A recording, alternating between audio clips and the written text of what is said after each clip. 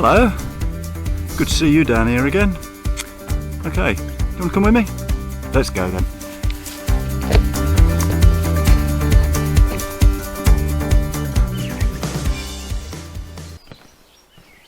In this episode, I want to take you to the undrained parts of the nature reserve, the bits we refer to as Sedge Fen and Verrill's Fen.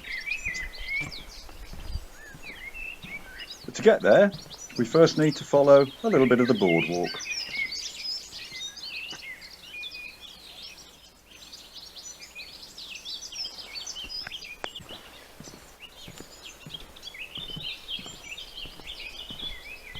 You'll recognise these old brick bits if you've seen the episode that I did on the boardwalk.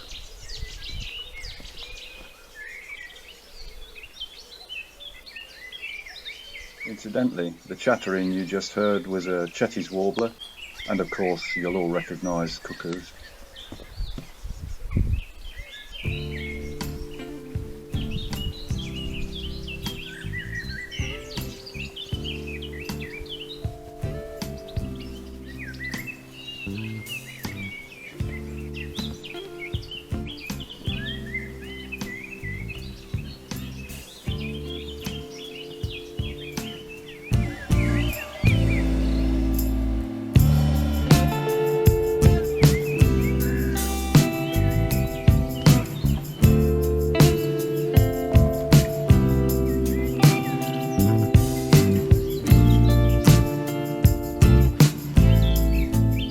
This is an area we refer to as the bog oak field.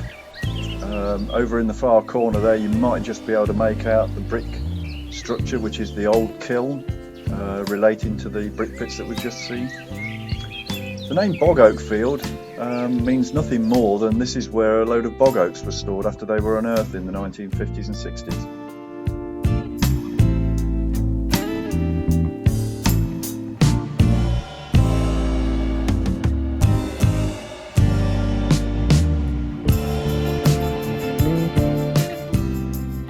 Now, if you watched the episode about Wicken Fen's woodlands, you'll know that we've got a plantation. That section of boardwalk in front of you is the access to the plantation, but we're not going that way. We're going to turn left and carry on down Sedge Fen Drove.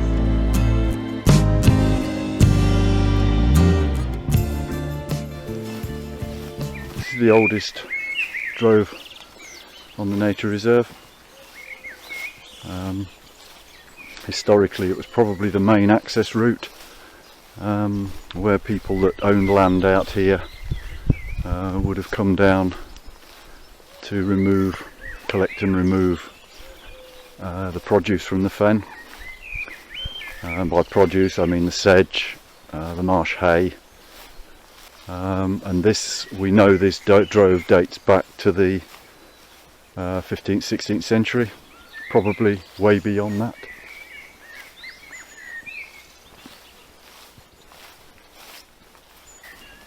Incidentally, at this end of Sedge Fen Drove, you'll see some large pollarded willows, and these were originally stakes that were stuck in the ground in the late 19th, early 20th century to catch moths and butterflies. These stakes were covered in molasses, and when the butterflies and moths came down to feed, they got stuck and couldn't get away, poor things. There's Sedge Fen Drove disappearing into the distance. Way down there.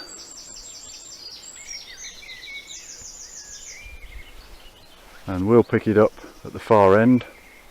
We're now going to turn right and have a look at the summer trail. The summer trail opens in a couple of days' time on the 1st of June.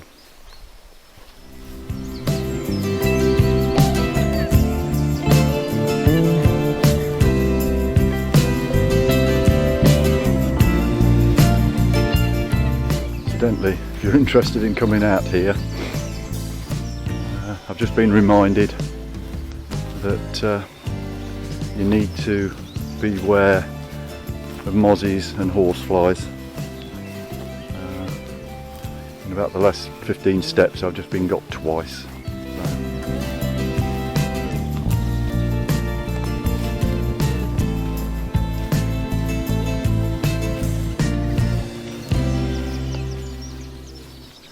This field's referred to as Gallop's Piece, or Gallop's Field. It's right on the fen edge. In other words, half the field is underlay with peat. The other half, the bit furthest away from us here, is underlaid by clay, and I'm not going to go in there today, but the plant communities reflect that. If you walk through it, you can see just by looking at it where the vegetation changes from a peat based community habitat to a clay based habitat.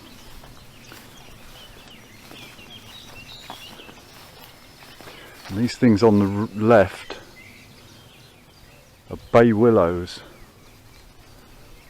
and when I first came to Wicken they were all about to fall over, and as you can see from this one, if I can zoom in, there we are, they've all now been pollarded. They're doing very nicely, thank you. Pollarding is a method of management where it's rather like coppicing, but it's coppicing high up, as it were. So you reduce the height of the tree, you cut it down. Historically, for a product, for material, for timber, or weaving material in the case of willow, and it regrows, it invigorates it, it helps with the regeneration, keeps it young as it were, and the tree can live indefinitely when it's pollarded. There's a big Mr. Mole. It's a fresh one by the looks of it, maybe a couple of hours old. It's slightly dry on the top, but wet still down below. This area is quite interesting. You'll notice quite a lot of fallen timber and some old stumps up there with woodpecker holes in. This, I believe they were probably planted at some point, but used to be a stand of aspen when I came. There's one, well, there's actually 2 or 3 left, but there used to be about 20 of them here. They clearly didn't like the conditions, or don't like the conditions, because as you can see here, a lot of them have fallen over.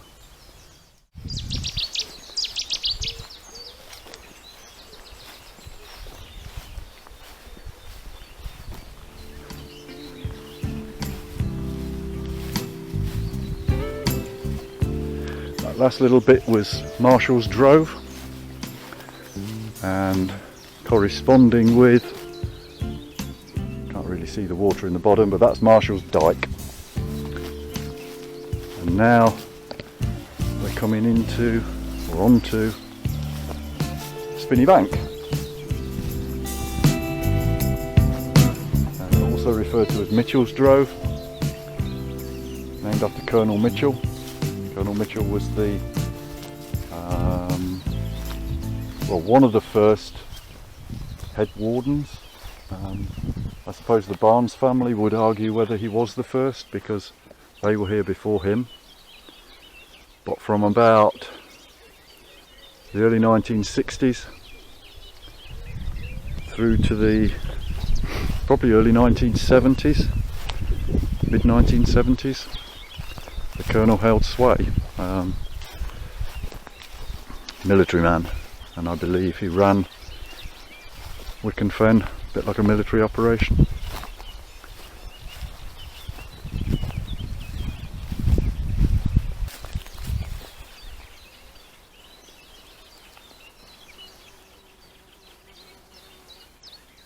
This is Ragged Robin.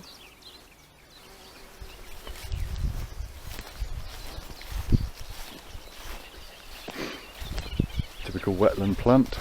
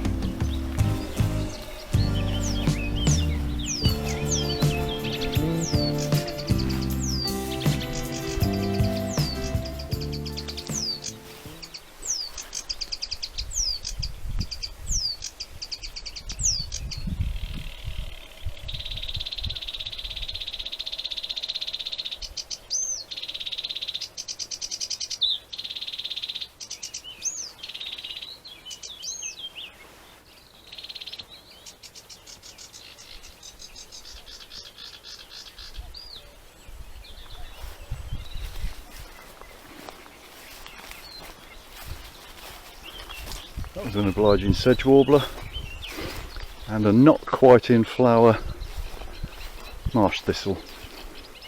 They're the ones with the purple stems or burgundy coloured stems. They can get height wise up to about 2 metres, and as the name suggests, they like to have their feet in water. Quite unusual, quite uncommon, could say rare, but here grow all over the place.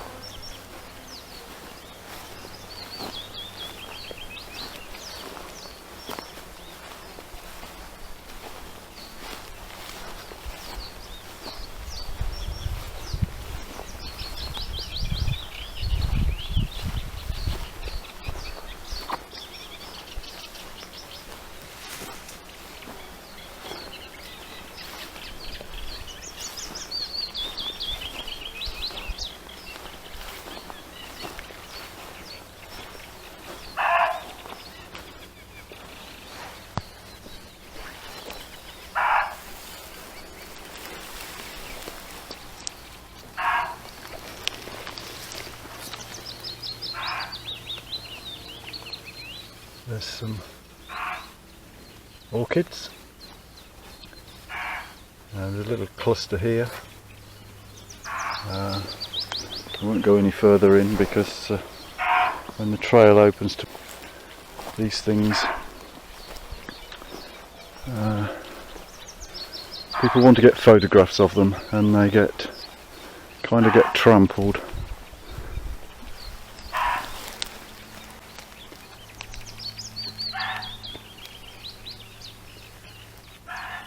There's another one. There's a very interesting story surrounding these orchids. There's a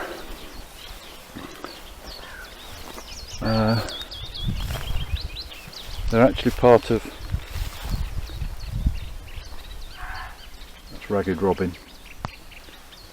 You can see why, can't you? Member of the campion family, but it likes its feet in water, and it's got raggedy leaves. Raggedy petals. The story with the orchids at Wicken is that there are 2 or 3 species that have actually hybridized.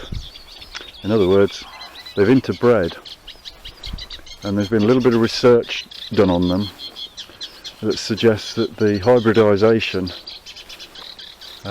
is or has produced viable seeds, which has then grown and hybridized again. So we've got a sort of 4 generation of hybrids which are growing here, so that gives us the massive colour variations. It also produces some confusion because one of the species is the common spotted orchid, and one when people come in and say, oh, I saw some orchids, it had spotted leaves, the stock answer is, oh well, that'll be common spotted orchid then. But the reality is that a lot of these are hybrids of hybrids, no less. So whether there's some sort of speciation going on, i.e. where there's new species evolving, it's difficult to say. Time will tell, I suppose. But it's unusual for where two species breed or cross-pollinate in this case. It's not common for them to have viable seeds, but these have done, and are producing viable offspring as well, or viable seedlings. Keep referring to it in the context of animals, which isn't right, but never mind.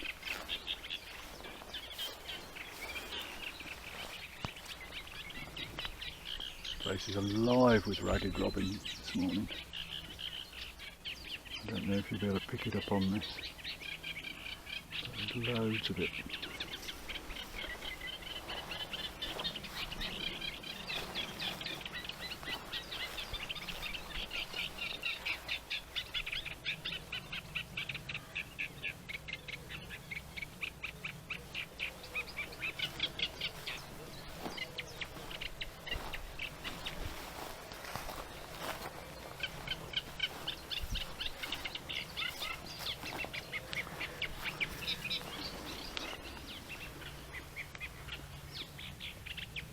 There we are. That's a common spotted that isn't a common spotted, or may not be a common spotted. I'm led to believe that the only true common spotted orchids on the site is actually at the end of this drove. There's a corner up at the top called the pump house, and they appear in the vicinity of the pump house. But I don't know if you can, whether if I focus in it'll, or moving it'll keep focusing. But those leaves have got spots on them. Yeah, it won't focus that close. Hey ho.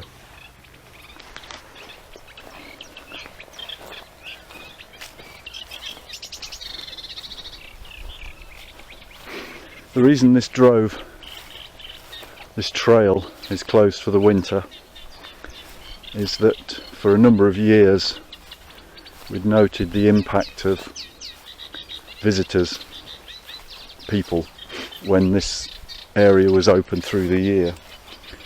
It was impacting quite severely on the peat soils. Peat soils are very delicate, particularly when they're wet, and we were noticing compaction, where the soil was getting compacted and it was never getting the chance to recover. And also in the winter, when this drove is very, very wet and big puddles occur, people were sort of walking around the puddles in order to keep their feet dry. And of course that was trampling on all this lovely grassland. And as you've seen, that lovely grassland is full of lovely plants, not least of which is orchids, which is what people come to see in June, July, early July.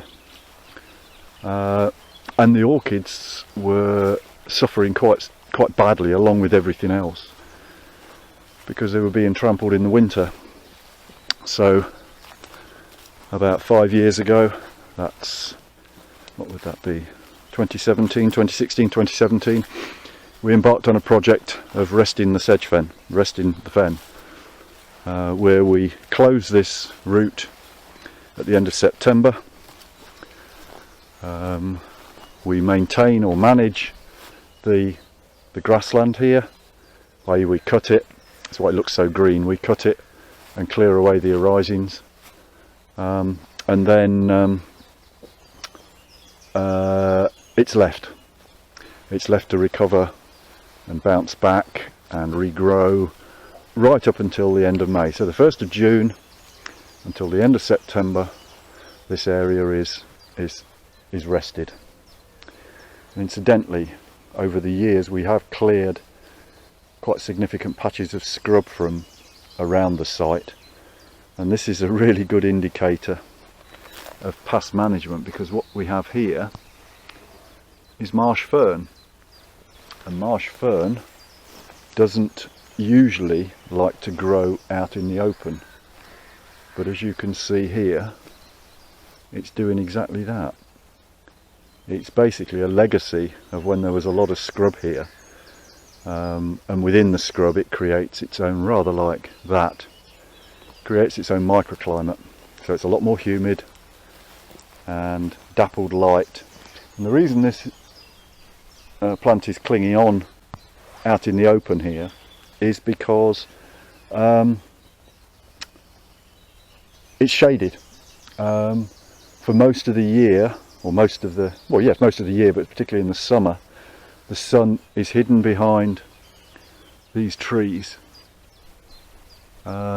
which means it doesn't get a lot of direct sunlight, and so it's sort of clinging on, I think is the best way to describe it. But it's actually quite a healthy patch, quite a big patch of marsh fern here. It's quite interesting. You can often see what historic land management has taken place really anywhere in the country, simply by looking at the plants, the physical features on the land. You can often tell where parish boundaries are, for instance, because you'll find pollarded trees in the corner of the parish boundaries. Historically, they were used as markers to identify where parishes changed, and if you sort of tuned into it, you can often see where boundaries are and how fields were managed, unless of course they've all been uprooted and ploughed up and so on and so forth, but hey ho.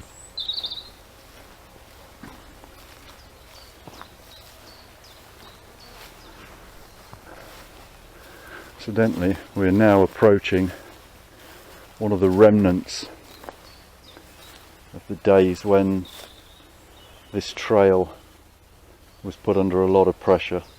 This is one of the sort of holes that were created by footfall during the winters when the fen was really wet. I'll be quiet now. Well, that must be a record. Having been quiet for all of 2-3 seconds, I've realised that if I don't end this now, this episode is going to be about 50 minutes long, so I'm going to do it in 2 parts. So this is the end of part 1. If you've enjoyed it and you're not already, then please subscribe, give us a thumbs up, and if you want to see part 2, ding that old bell.